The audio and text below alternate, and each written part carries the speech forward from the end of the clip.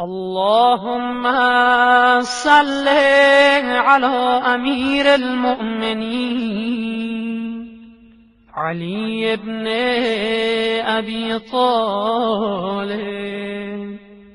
أخي نبيك ووليه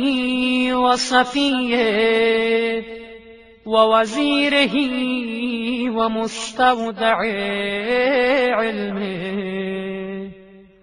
وموضع سره وباب حكمته والناطق بحجته